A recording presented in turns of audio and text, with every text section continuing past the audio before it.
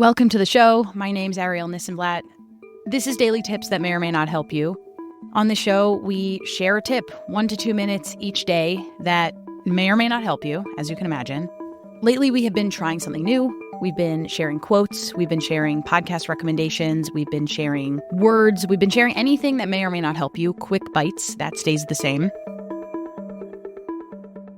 Who's we? It's me, Ariel Nissenblatt, and Ned Donovan. Sometimes we record together. Sometimes we record separately. Whatever we can do to deliver you the best tips possible. Today, though, I have a request. I need a few tips. I've written down a few bullet points of things that I am searching for. And these are real things that I have needed in my life that I'm putting out into the world. And if you have a tip for these things, I would like for you to get in touch so that we can, A, share your tip on a future episode, and B, so that I can, improve my life so that it will be a daily tip that will help me. So here are the 3 things. Number 1, I have had a bunch of necklaces tangled for years at this point, and I really need to find a way to untangle these necklaces, and I don't know what to do.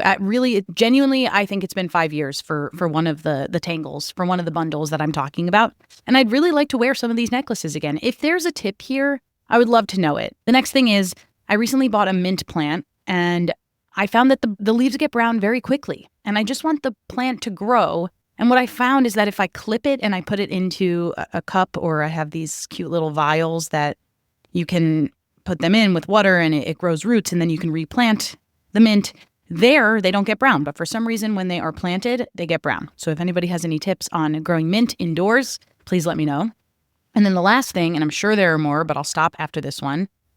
How do I find picture frames to frame some art that I've got lying around that are not $1,000 million that actually look okay?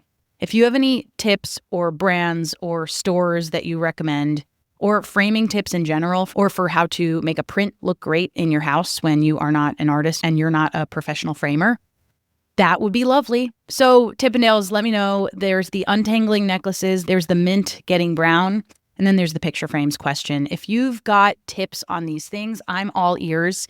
You can get in touch by going to dailytipspodcast.com. You can also hit us up on social media at dailytipspod. So those are the questions that I have for you.